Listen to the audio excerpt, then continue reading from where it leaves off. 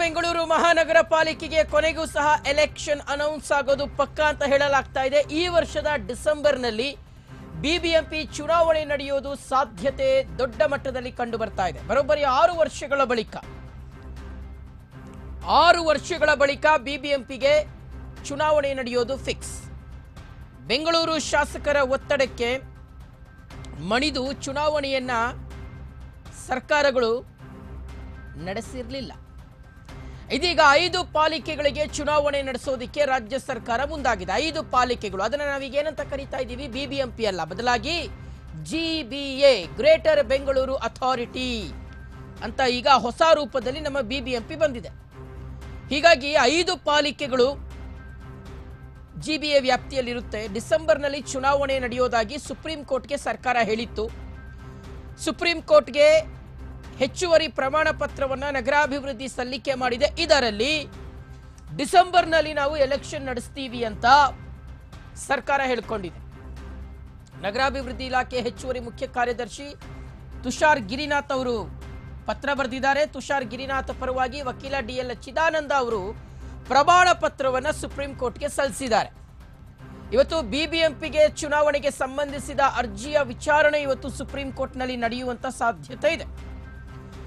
ನ್ಯಾಯಮೂರ್ತಿಗಳಾದಂತಹ ಸೂರ್ಯಕಾಂತ್ ಮತ್ತು ಜೋಯ್ ಮಾಲ್ಯ ಬಾಗ್ನಿ ಪೀಠದಲ್ಲಿ ಇದರ ಬಗ್ಗೆ ವಿಚಾರಣೆ ನಡೆಯುತ್ತೆ ಅನ್ನುವಂಥದ್ದು ಗ್ರೇಟರ್ ಬೆಂಗಳೂರು ಪ್ರದೇಶದಲ್ಲಿ, ಅಂದ್ರೆ ಜಿಬಿಎ ವ್ಯಾಪ್ತಿಯಲ್ಲಿ 5 ನಗರ ಪಾಲಿಕೆಗಳನ್ನು ರಾಜ್ಯ ಸರ್ಕಾರ ರಚನೆ ಮಾಡಿದೆ।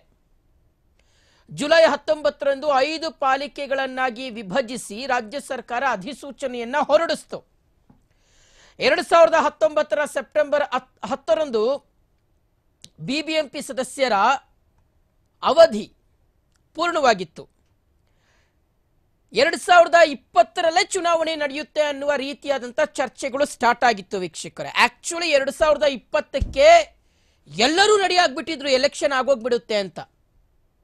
ಆದ್ರೆ ಅಂದ್ರೆ 2019 ಡಿಸೆಂಬರ್ ಅಥವಾ 2020ರ ಪ್ರಾರಂಭಿಕ ಹಂತದಲ್ಲೇ ಎಲೆಕ್ಷನ್ ನಡೆಯುತ್ತೆ ಅಂತ ಎಲ್ಲರೂ ಅನ್ಕೊಂಡಿದ್ರು। 5 ವರ್ಷ, 2020 ಲೆಕ್ಕ ತಗೊಂಡ್ರೆ 5 ವರ್ಷ, 19 ಲೆಕ್ಕ ತಗೊಂಡ್ರೆ 6 ವರ್ಷ, 6 ವರ್ಷ ಆಗಿದೆ, ಇಲ್ಲಿಯವರೆಗೆ ಬಿಬಿಎಂಪಿಯ ಚುನಾವಣೆ ನಡೆದಿಲ್ಲ, ಪಾಲಿಕೆ ಚುನಾವಣೆ ನಡೆದಿಲ್ಲ। ಈಗ ಬಿಬಿಎಂಪಿ ಅಂತ ಕರೆಯೋದಿಕ್ಕಾಗೋದಿಲ್ಲ, ಬದಲಾಗಿ ಬಿಬಿಎಂಪಿಯನ್ನು 5 ಭಾಗಗಳಾಗಿ ವಿಂಗಡಣೆ ಮಾಡಲಾಗಿದೆ। ಗ್ರೇಟರ್ ಬೆಂಗಳೂರು ಅಥಾರಿಟಿಯನ್ನಾಗಿ ಅದನ್ನ ಬದಲಾವಣೆ ಮಾಡಲಾಗಿರುವಂಥದ್ದು। ಸೊ ಹಾಗಾಗಿ 5 ಪಾಲಿಕೆಗಳ ವ್ಯಾಪ್ತಿಯಲ್ಲಿ 225 ವಾರ್ಡ್ಗಳು ಬರುತ್ತೆ।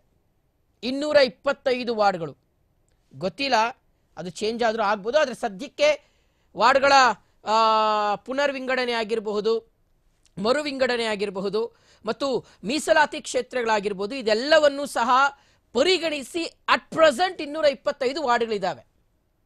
ಈಗ ಮತ್ತೆ ಅದನ್ನ ಜಾಸ್ತಿ ಮಾಡ್ಲಿಕ್ಕಂತೂ ಖಂಡಿತವಾಗ್ಲೂ ಸಾಧ್ಯ ಆಗೋದಿಲ್ಲ। ಮತ್ತೆ ಅದನ್ನ ಜಾಸ್ತಿ ಮಾಡ್ತೀವಿ ಯಾಕಂದ್ರೆ 5 ಪಾಲಿಕೆಗಳಾಗೋಗ್ಬಿಟ್ಟಿದ್ದಾವೆ।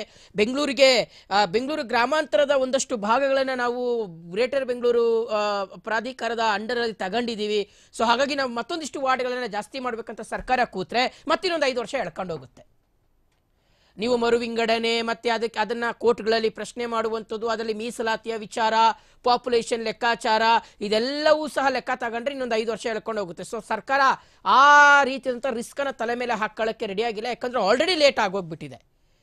ಬೆಂಗಳೂರು ಡೆವಲಪ್ ಆಗ್ತಾ ಇಲ್ಲ ಯಾಕಂದ್ರೆ ಕಾರ್ಪೊರೇಟರ್ಗಳಿದ್ರೆ ಮನೆ ಹತ್ರನೇ, ಮನೆ ಪಕ್ಕದಲ್ಲೇ ಇರ್ತಾರೆ, ಸಮಸ್ಯೆ ಏನಾದರೂ ಆದರೆ ಇಮಿಡಿಯೇಟ್ ಆಗಿ ನಮಗೆ ಸ್ಪಂದಿಸ್ತಾರೆ। ಕಾರ್ಪೊರೇಟರ್ಗಳಿಲ್ಲ, ಹಾಗಾಗಿ ನಾವೇನು ಮಾಡಕ್ ಆಗ್ತಾ ಇಲ್ಲ ಅಂತ ಅಧಿಕಾರಿಗಳು ಒಂದ್ ಕಡೆ ಬೆಂಗಳೂರಿನ ಒಂದಷ್ಟು ಭಾಗಗಳಲ್ಲಿ ಜನರು ತಮ್ಮ ಒಂದು ಅಸಹಾಯಕತೆಯನ್ನು ವ್ಯಕ್ತಪಡಿಸ್ತಾ ಇರ್ತಕ್ಕಂಥದ್ದು। ಇನ್ನು ಮಳೆಗಾಲದಲ್ಲಂತೂ ಕೇಳೋದೇ ಬೇಡ, ಪರಿಸ್ಥಿತಿ ಹೆಂಗಾಗೋಗ್ಬಿಡುತ್ತೆ ಅಂತ। ಈ ಹಿಂದೆ ಮಳೆ ಬಂದಂಥ ಸಂದರ್ಭದಲ್ಲಿ ಸಾಕಷ್ಟು ಅನಾಹುತಗಳು ಸೃಷ್ಟಿಯಾದ್ರೆ ಇಮಿಡಿಯೇಟ್ ಆಗಿ ಕಾರ್ಪೊರೇಟರ್ಗಳು ಸಿಗ್ತಾ ಇದ್ರು, ಕೌನ್ಸಿಲರ್ಗಳು ಸಿಗ್ತಾ ಇದ್ರು। ಆದ್ರೆ ಈಗ ಕೌನ್ಸಿಲರ್ಗಳಿಲ್ಲ, ಕಾರ್ಪೊರೇಟರ್ಗಳಿಲ್ಲ, ಅಧಿಕಾರಿಗಳು ಫೋನ್ ಮಾಡಿದ್ರೆ ಫೋನೇ ಪಿಕ್ ಮಾಡಲ್ಲ। ಹೀಗಾಗಿ ಬಿಬಿಎಂಪಿಗೆ ಎಲೆಕ್ಷನ್ ಆಗಲೇಬೇಕು ಅಂತ ಪ್ರತಿಯೊಬ್ಬರು ಸಹ ಆಶಿಸ್ತಾ ಇದ್ರು। ಅದರಂತೆ ಈಗ ರಾಜ್ಯ ಸರ್ಕಾರ ಒಂದು ಮಹತ್ವದ ಹೆಜ್ಜೆಯನ್ನು ಇಟ್ಟಿದೆ। ಅದು ಡಿಸೆಂಬರ್ ವೇಳೆಗೆ, ಈ ವರ್ಷದ ಡಿಸೆಂಬರ್ ವೇಳೆಗೆ ಬಿಬಿಎಂಪಿ ಅಥವಾ ಜಿಬಿಎ ಗ್ರೇಟರ್ ಬೆಂಗಳೂರು ಅಥಾರಿಟಿಗೆ ಎಲೆಕ್ಷನ್ ನಡೆಯೋದು ಪಕ್ಕಾ ಅನ್ನುವ ಮಾಹಿತಿ ಸಿಗ್ತಾ ಇದೆ।